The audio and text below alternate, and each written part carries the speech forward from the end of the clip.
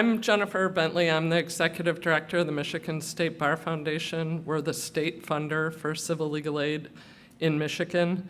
Our mission we view as both leading on civil justice innovation efforts and funding legal aid in Michigan. We have a great panel here today to talk about evictions. And evictions really have a long-term negative consequence for families that touch different aspects of families' lives, like physical health, housing stability, credit scores, employment, child's ability to stay in the same school. And eviction is not just a housing stability issue, it's a legal issue, and it's one of the most common civil legal issues that families face. In Michigan, eviction cases have been the highest volume of civil cases filed in Michigan district courts. Over 158,000 evictions were filed last year.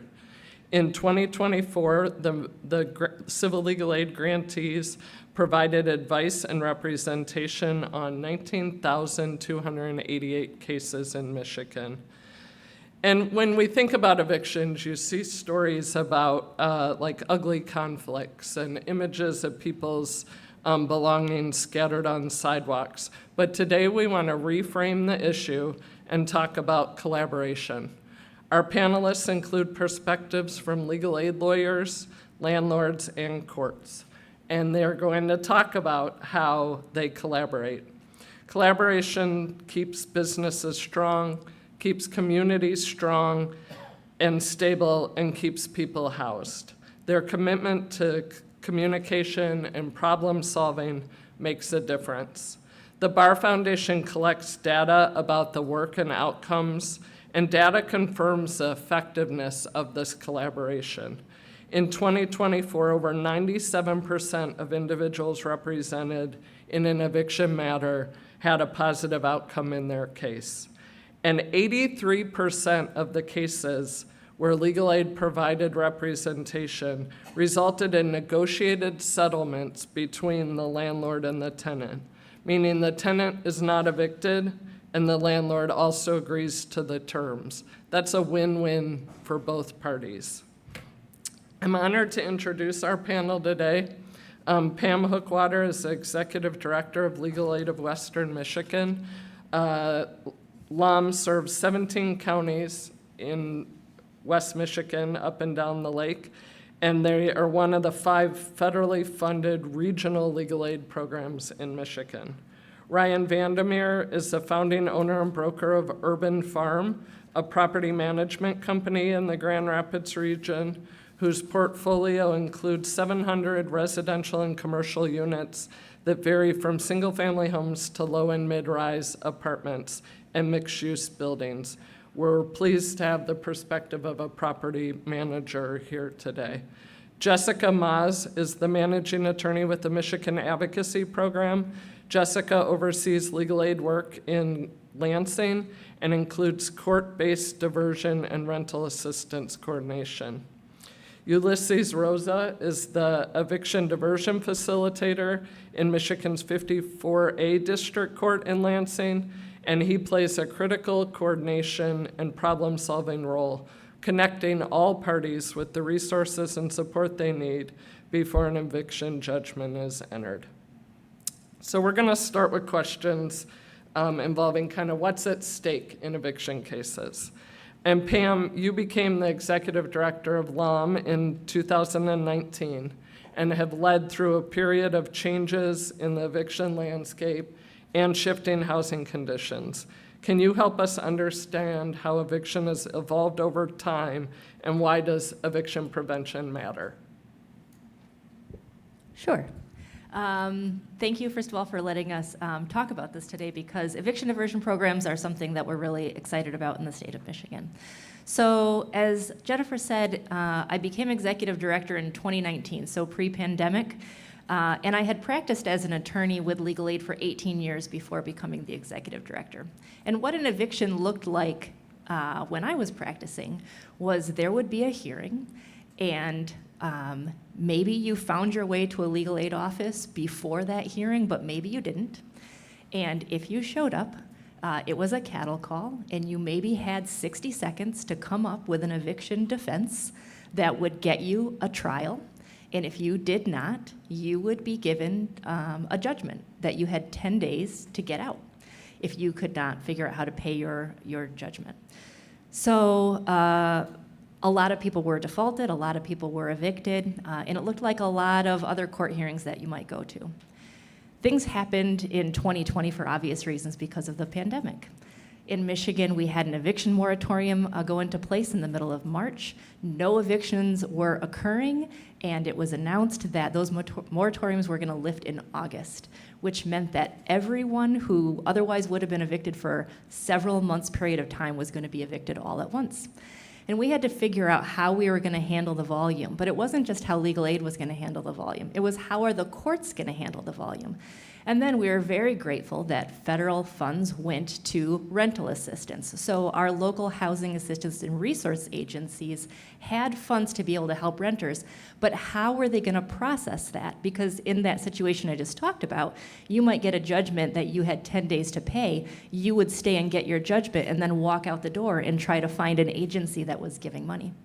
So what happened in creating these eviction diversion programs and how this looks different now, and this has changed over the course of the years, but essentially is adding a hearing and adding time for different resolutions to come about. It is providing resources in the courthouse to tenants and for just negotiating some sorts of settlements, as Jennifer mentioned. So increasing funds to legal aid organizations so we could have attorneys present on dockets, whether those are happening in person or by Zoom. Having housing assistance and resource agencies or other social services available in the courthouse to help people apply for rental assistance or with other things that they might need in order to resolve their housing issue. And then just the advent of being able to use Zoom, making the courts more accessible in rural areas. Thanks, Pam. Jessica, Pam talked a little bit about what happens in an eviction case, and if you want to expand on that from your perspective, and also talk about what happens if a tenant shows up without a lawyer. How much time do families usually have to respond or prepare their case? Sure. So I just want to start with the caveat that, every court operates a little bit differently. For all of us who have eviction diversion programs, our programs operate a little bit differently, but generally speaking, an eviction case in Michigan moves very quickly. So from the time that it's filed, there's supposed to be that first court date within 10 days, which is very quick, and tenants only have to be served 3 days prior to the hearing. So it's very common for tenants to show up to court without a lawyer, more common than not. And also very common for them to have only recently found out that they even have a court date that week. So they're often, I think, focused more on the logistics of that. How, do I need to miss work? Do I need to get daycare? That sort of thing, when they're thinking about needing to come to the hearing that week, and often don't know that they could contact a lawyer or don't feel like they have time to do so. And so many, many people are showing up to court without a lawyer, and they often show up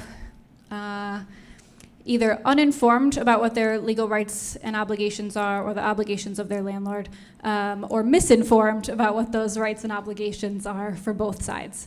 And so it's very common for us to hear from tenants things about their case that are they either are unsure about or simply have wrong. And so, for example, people will ask us, am I being evicted today? Do I have to get out today? Conversely, they may think that they have months to get out. Another example is that they may think that if their landlord needs to make repairs to their place, that they don't have to pay anything at all.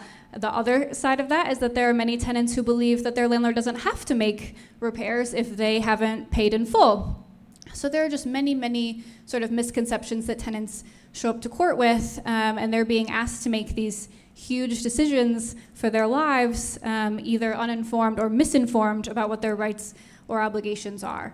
And so, one of the huge benefits of our EDP programs is simply that we can give tenants the correct information about what is going on in their case and offer them, either the best solution or a series of solutions that they can choose from an informed perspective in order to make the best decision for them.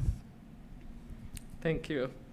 So Ryan, you're sitting between two lawyers that represent tenants. Can you talk from a landlord perspective? There's a common assumption that evictions are just part of doing business and a necessary tool to manage or collect rent. But in your experience, is that true? And what are the true costs for evictions? Yeah, thank you. Well, the true cost is a lot of money. At best case scenario, 4, 5, 6 months worth of rent that's uncollected. You have the cost of repairs, the legal fees. So, I mean, I'm not speaking for all landlords, but landlords don't want eviction either. I mean, it's an issue of money. It's an issue that they've chosen this investment mechanism for whatever reason. For a lot of people, it makes more sense in a stock. So, or maybe they owned a house and they upgrade and they have a house they want to rent out. So it makes sense. They can fix it up when it's empty. It makes sense to a lot of people. And I do talk to a lot of landlords like this, and the nature of what we do, I hear a lot of stories, and essentially there's a lot of stories about the first rental property I owned, and I really liked my tenant, and they lost their job, or they were sick, or something happened. They couldn't pay the rent, so I gave them some time, and a month passes by, and then the rent didn't come as it was supposed to, and I gave them some more time because they're really, really trying, and then 3, 4 months passed by, and now that the tenant can't dig themselves out of this hole, the landlord is kind of out this money, and then they end up evicting, and they never thought they would be the type of person that would evict somebody, and now here they are, and they hire us as a manager because they never want to deal with it again, or now they just go and start the eviction process every time someone's late on rent because this was the experience that they had. So just a little bit of perspective there. We love our tenants. I think most people really like the tenants. We're human beings. Like, it's weird that capitalism drives our housing, but that's a political thing. But like, it's the world in which we live, so it's about money. So if we're out here and we could all come to the agreement that like the best thing would be to figure out a way to get the balance paid. I mean, most time, there's evictions that aren't about money, and there's evictions, and there's landlords that aren't fixing up their homes, right? So there's other things at play, but most of the time it's about money. So if we can agree that it's about money, we can collaborate and then figure out what to do from there. Thank you. Ulysses, you help members of the Lansing community resolve housing issues in real time right inside the courthouse. Could you walk us through what eviction diversion looks like in the 54A District Court and what coordination it takes? Absolutely. Thank you. This week marks the 3-year anniversary when I started this work. So today is ideal to talk about this for me. The first day at the court, I didn't have a computer, and the very first phone call I got was from a grandmother who was living in a car with her daughter and a 3-month-old infant. And that was my introduction to eviction diversion. It was at the very end, right? She had been evicted and she had nowhere to go. Within 4 hours, I got her into a hotel program that was temporary. It was about a week.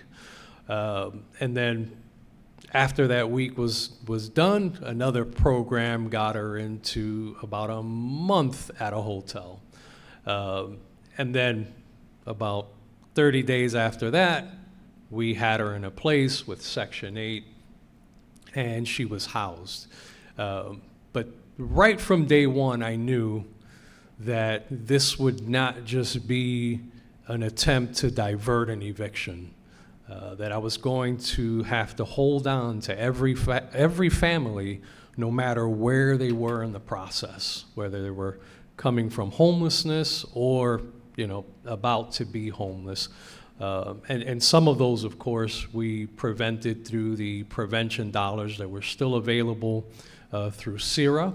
I came in right at the tail end of the CERA funding. And then, I learned also that very first day that the program would only work if the foundation was relationships. the relationships to the families, the relationships to the landlords, the relationships to all the stakeholders, to DHHS, to everyone involved, legal services, anyone and everyone involved in helping people.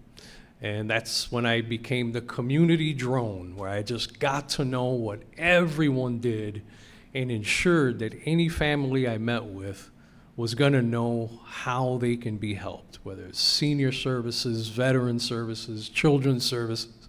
I embraced all of it. I call it my menu. So if anyone's doing something to help people in Lansing, I know who they are.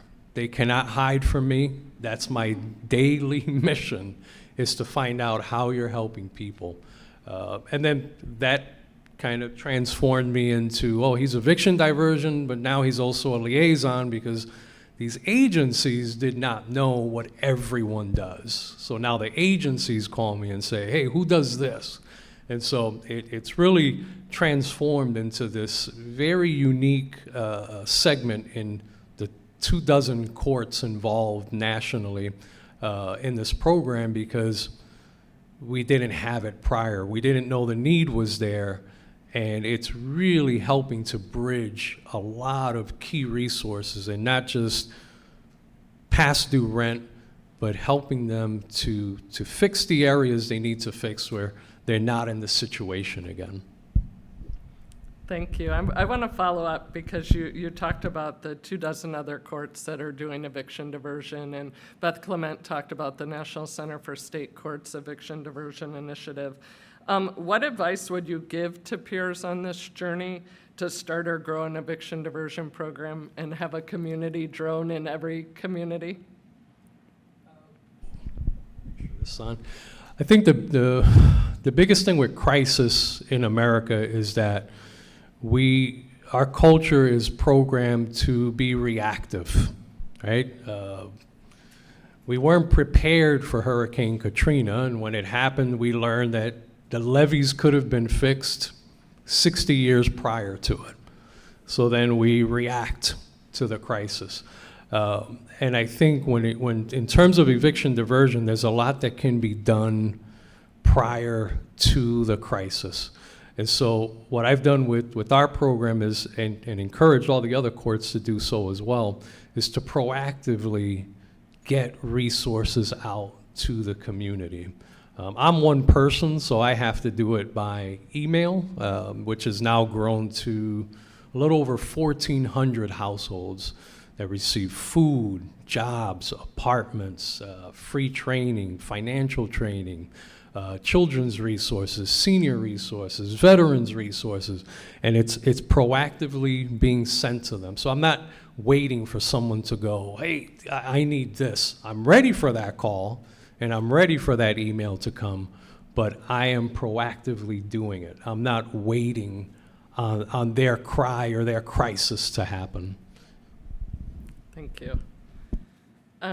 Jessica, can you talk about how MAP is participating in eviction diversion efforts and how you measure success in the work? Sure. So my office has 2 eviction diversion programs, one that we operate with Ulysses at the 54A District Court, and then one in Livingston County as well, which is a more rural community. So those programs look a little bit different from each other, but in general, the idea is that we are on the ground, so to speak, now more on Zoom, but at those dockets every week to offer our services to any tenant who wants to be served by a lawyer. And so in our programs, any tenant who shows up to court and wants to speak to an attorney can speak to someone from our office that day. And at 54A, they can also speak to Ulysses separately in a Zoom breakout room if they want to as well. And so we are able to, triage those cases, figure out if they have legal defenses, what their best options are there other factors that would impact their eviction, and sort of offer them the sort of best solutions possibly for them and their lives, so that they can, at the very least, walk out of there knowing what some good options for them are, and Ulysses can talk to them about what other services in the community may be able to help them as well. And then from there, our office sort of evaluates who are the most vulnerable people or who will be impacted by our representation the most, and decides who we can fully represent from there. And in terms of measuring success, I think it's there's several ways to do it, both quantitative and qualitative.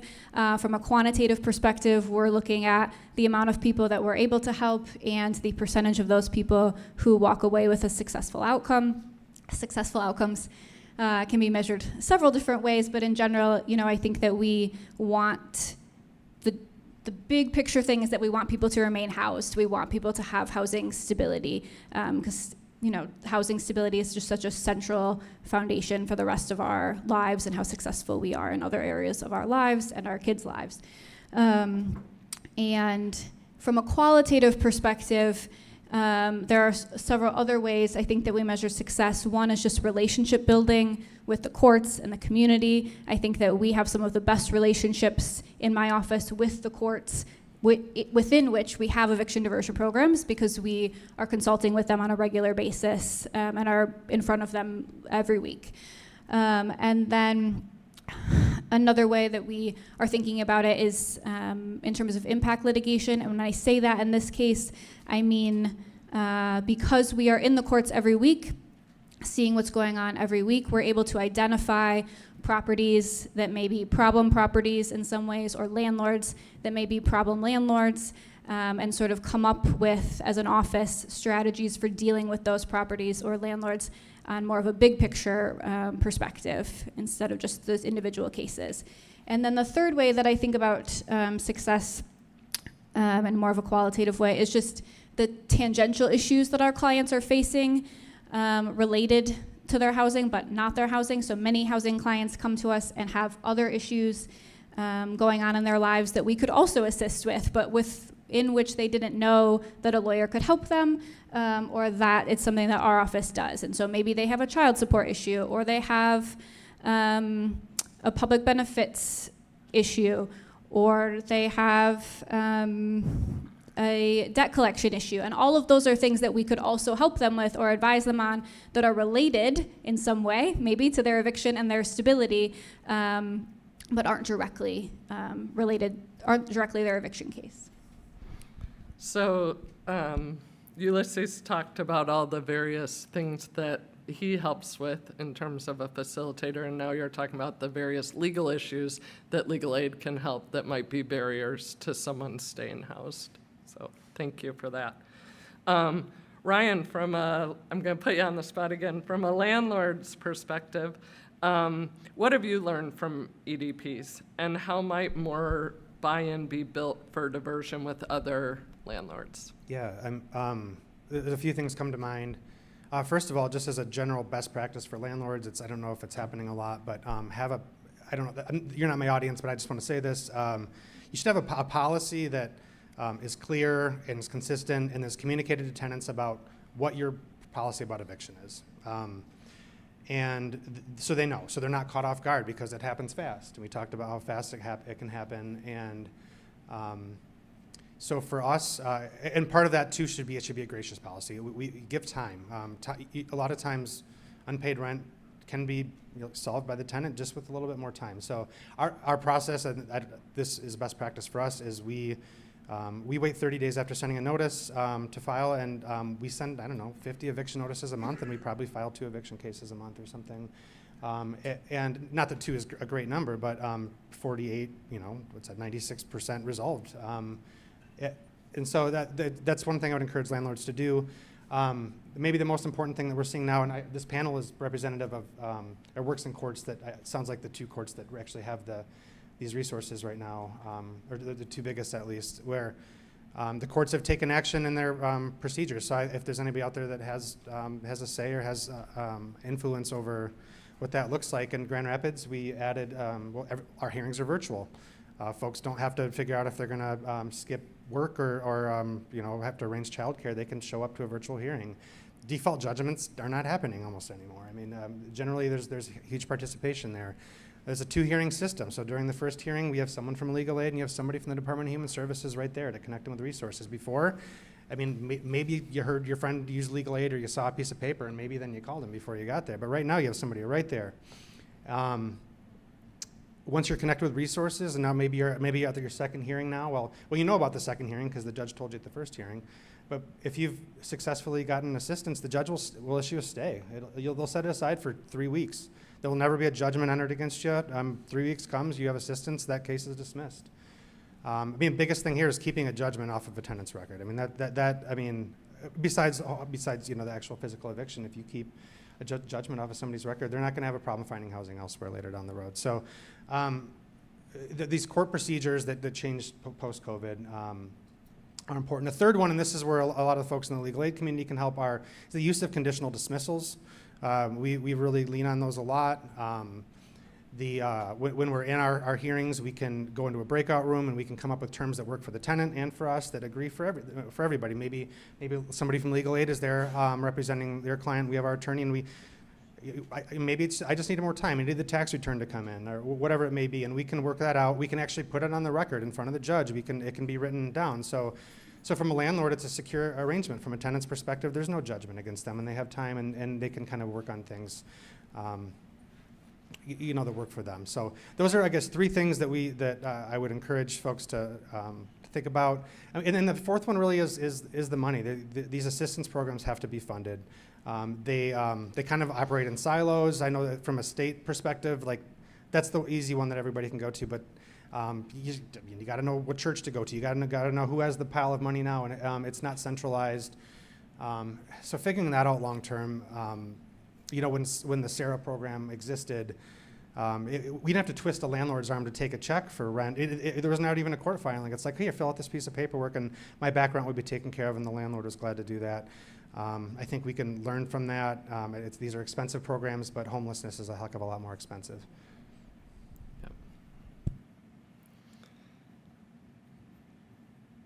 I want to talk a little bit about sustainability of the eviction diversion programs. Pam, hopefully you can help explain. Since 2020, with federal stimulus funding, the Michigan State Housing Development Authority has awarded funding to the Michigan State Bar Foundation to give grants to legal aid programs to represent tenants facing eviction and participate in eviction diversion efforts.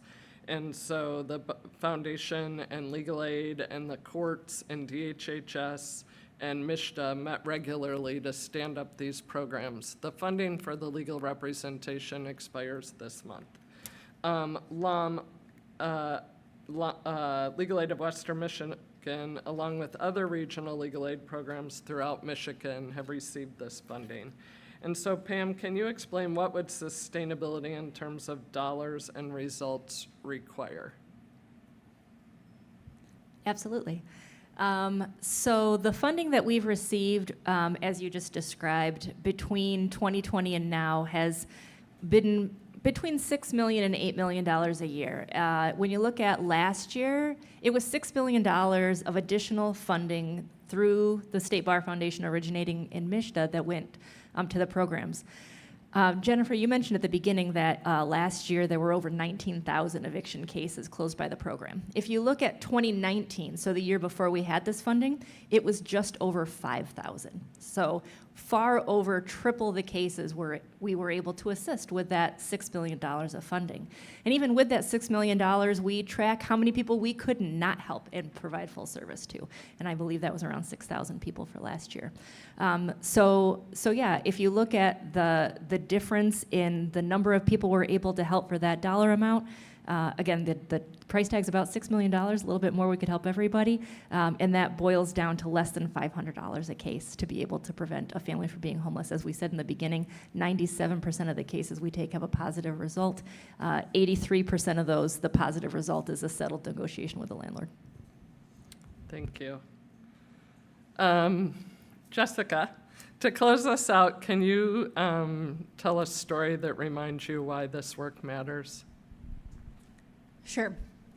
So something I think about a lot is that in many of our cases, and this is especially true in housing cases, our clients would not be represented if it weren't for us.